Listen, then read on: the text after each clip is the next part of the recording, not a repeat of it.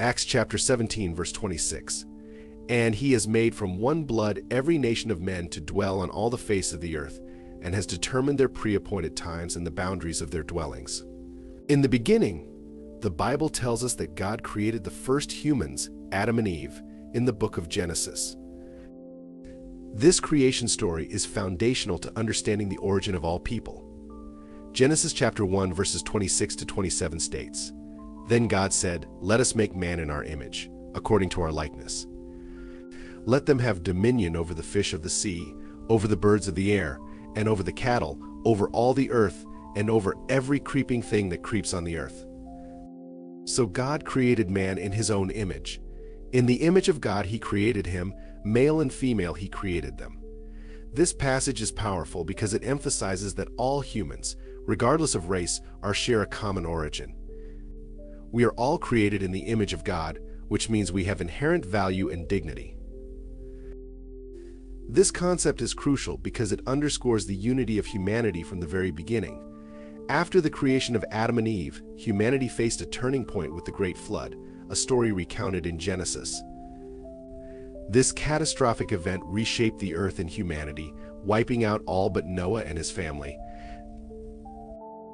Genesis chapter 7, verse 23 tells us, "So he destroyed all living things which were on the face of the ground, both man and cattle, creeping thing and bird of the air. They were destroyed from the earth. Only Noah and those who were with him in the ark remained alive." Noah had 3 sons, Shem, Ham, and Japheth.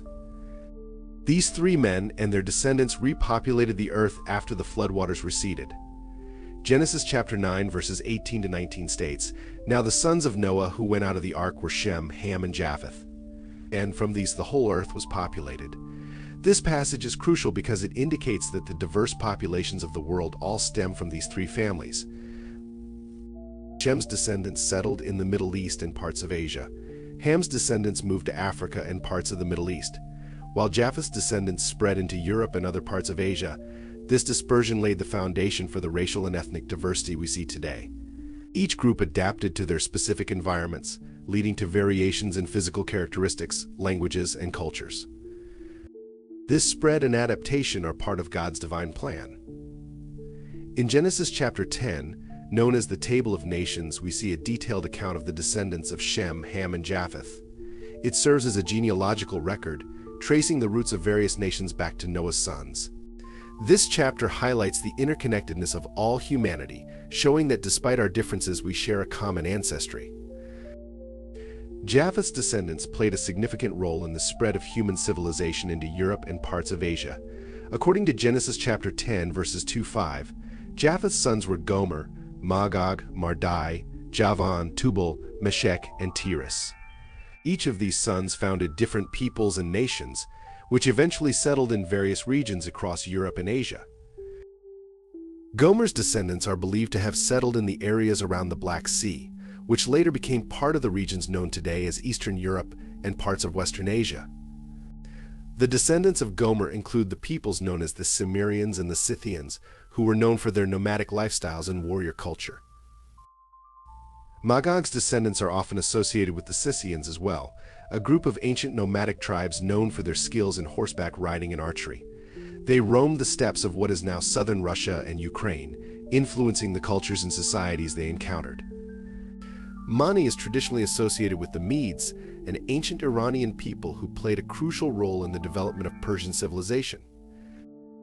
The Medes settled in the area that is now northwestern Iran and formed a significant part of the Achaemenid Empire. Javan's descendants are associated with the ancient Greeks. The name Javan is often linked to the Ionians, one of the 4 major Greek tribes. The Greeks made significant contributions to Western civilization, including philosophy, democracy, and the arts. Cities like Athens and Sparta became centers of culture and learning that shaped the development of European history. Tubal and Misak are often connected with ancient peoples who settled in the region around the modern-day Caucasus Mountains in Anatolia, modern Turkey. These peoples engaged in trade and warfare, influencing the early cultures of Europe and Asia Minor. Tiras's descendants are traditionally linked to the Thracians, an ancient group of tribes that inhabited parts of southeastern Europe, including what is now Bulgaria, Greece, and Turkey. The Thracians were known for their warrior society and artistic achievements, influencing the cultures around them. A significant moment for Japheth's descendants was the migration period, also known as the barbarian invasions, which occurred during the late antiquity and early medieval periods. During this time, various tribes, including those descended from Japheth, such as the Goths, Vandals, and Huns, moved across Europe, leading to the fall of the Western Roman Empire and the formation of new kingdoms and cultures. The spread of Japheth's descendants into Europe also saw the rise of various important civilizations and cultures that laid the foundation for modern Europe. Their migrations and settlements led to the establishment of new societies and the spread of ideas, technologies, and cultural practices that would shape the future of the continent. The story of the Tower of Babel is one of the most fascinating narratives in the Bible, found in Genesis chapter 11 verses 1 to 9. This event explains the origin of different languages and the dispersion of people across the earth. At this time, all humans spoke a single language and lived together in one place. They decided to build a city with a tower that reached to the heavens to make a name for themselves and avoid being scattered. Genesis chapter 11 verses 4 to 5 states, "And they said, 'Come, let us build ourselves a city and a tower whose top is in the heavens. Let us make a name for ourselves, lest we be scattered abroad over the face of the whole earth.' But the Lord came down to see the city and the tower which the sons of men had built." This ambitious project demonstrated human unity, but also their pride and desire to challenge God's authority. In response, God intervened to disrupt their plans. Genesis chapter 11 verses 7 to 8 reveals God's actions. "Let us go down and there confuse their language, that they may not understand one another's speech. So the Lord scattered them abroad from there over the face of all the earth, and they ceased building the city." God's decision to confuse their language had a profound impact. Suddenly unable to understand one another, the people were forced to abandon their project and spread out across the globe. This dispersion led to the formation of different languages, cultures, and nations. It marked the beginning of the diverse human societies we see today. The Tower of Babel story highlights several powerful ideas. First, it underscores the limits of human ambition when it challenges divine authority. Despite their unified effort, the people's plan was thwarted by God's will, demonstrating that human endeavors must align with God's purposes. Second, it explains the origins of linguistic diversity. By confusing their language, God ensured that humans would spread out and populate the earth, fulfilling his command to be fruitful and multiply and fill the earth. Genesis chapter 9 verse 1. This dispersion led to the development of unique cultures and civilizations, each with its own language and way of life. Third, the story of Babel illustrates the importance of communication and understanding among people. The confusion of languages created barriers, but it also set the stage for the richness of human cultural diversity. Different languages and cultures are part of God's plan, showcasing the variety and creativity of his creation. The story of Jacob, also known as Israel, and his descendants provides another layer of understanding about the origins and dispersal of peoples, including those who might be considered the ancestors of white populations, or the descendants of Japheth. Jacob, the grandson of Abraham, had 12 sons who became the patriarchs of the 12 tribes of Israel. This narrative is found in Genesis chapter 35 verses 22 to 26. Jacob's descendants initially settled in the region of Canaan, but due to famine, they migrated to Egypt. The subsequent exodus led by Moses brought them back to Canaan, which became the land of Israel. This return and settlement formed the basis of the Israelite nation, which played a crucial role in the ancient Near East. The connection to Japheth's descendants comes into focus through the interactions between the Israelites and other nations. One notable aspect is the intermarriages and alliances that occurred over time. For instance, the Israelites, during their conquests and expansions, interacted with various peoples, including those descended from Japheth. In the genealogical context, the Israelites are primarily descended from Shem. However, through historical interactions and movements, they encountered and mixed with other groups. Some of these groups were descendants of Japheth who had settled in nearby regions. The biblical narrative shows that the descendants of Shem, Ham, and Japheth did not remain isolated but often interacted, traded, and sometimes intermarried. This mixing of lineages is evident in several biblical accounts. For example, during King David's reign, many foreign mercenaries and allies, including those from Japheth's line, joined Israel. The presence of various peoples within Israelite territory, including Philistines, Hittites, and others, suggests a blending of cultures and genetic lines. Moreover, the influence of surrounding nations on Israel, especially during periods of exile and return, also indicates a mingling of populations. The Babylonian and Assyrian exiles brought the Israelites into contact with diverse groups, further enhancing the genetic and cultural exchange.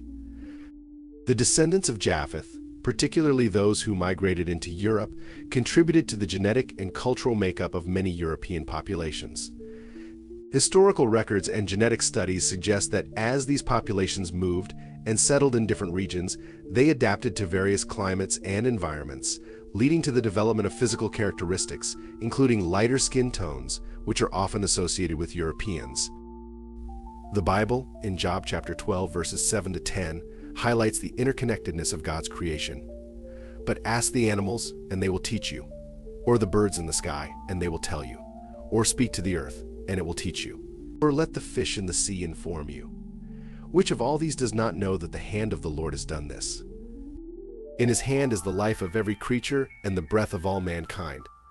This passage underscores the idea that all of creation, including humans, is influenced by God's design and the natural world he created. One of the most striking examples of environmental adaptation is the variation in skin color among human populations. Skin color is largely determined by the amount of melanin, a pigment produced in the skin. Melanin protects the skin from harmful ultraviolet UV radiation from the sun. Populations that have lived for extended periods in regions with high UV radiation, such as Africa, have developed darker skin to protect against the intense sunlight. Conversely, as some groups migrated to areas with less intense sunlight, such as Europe, there was less need for high levels of melanin. In these environments, having lighter skin was advantageous because it allowed for better synthesis of vitamin D in conditions of lower sunlight. This is particularly important in regions with long winters and limited sunlight. Over many generations, natural selection favored individuals with lighter skin in these regions, leading to the predominance of lighter skin tones among populations in Europe. The descendants of Japheth who spread into Europe and parts of Asia experienced these environmental pressures. As they settled in different climates, their physical characteristics, including skin color, adapted to their new environments. This process of adaptation can be seen as part of God's providential plan, allowing humans to thrive in diverse habitats across the globe. In addition to skin color, other physical traits such as body shape and size have also adapted to different environments. For example, populations in colder climates often develop stockier builds with shorter limbs, which help retain heat. In contrast, populations in hotter climates develop taller and leaner bodies to dissipate heat more effectively. The concept of divine providence and the diversity of humanity is a profound and powerful idea that underscores the intentionality behind the differences we see among people today.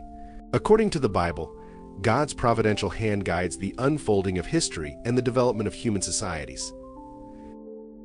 This theme can be found throughout the scriptures, highlighting the belief that God has a purpose for every aspect of his creation, including the diversity of races and cultures. Acts chapter 17, verse 26 provides a key verse that encapsulates this idea, and he has made from one blood every nation of men to dwell on all the face of the earth, and has determined their pre-appointed times and the boundaries of their dwellings.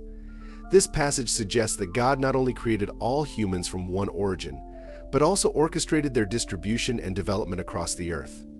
Each group's time and place in history are part of God's grand design.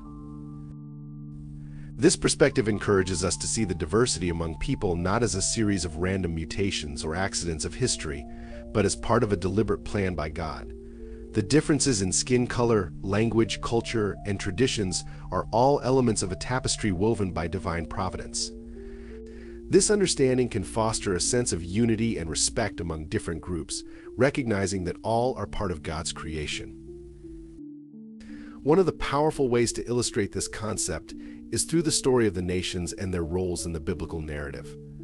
The Bible contains numerous examples of how different nations and peoples, each with their unique characteristics, have been used by God to fulfill his purposes. For instance, the Israelites were chosen to be God's people. But their story is intertwined with those of many other nations, from the Egyptians and Babylonians to the Romans and Greeks. The interaction between these nations often led to the exchange of ideas, technologies, and cultural practices, enriching the human experience. For example, during the Babylonian exile, the Israelites were exposed to new ideas and ways of thinking, which influenced their religious and cultural development. Similarly, the spread of Hellenistic culture through Alexander the Great's conquest created a common cultural framework that facilitated the spread of the gospel in the New Testament era. The diversity of human cultures can also be seen as a reflection of the diversity within God's creation. Just as the natural world is filled with a variety of plants, animals, and landscapes, so too is the human world filled with a variety of peoples. This diversity is a testament to God's creativity and the richness of His creation. It shows that God's image is not limited to a single form but is expressed in many different ways through different peoples and cultures. Moreover, the providential plan of God involves the movement and migration of peoples.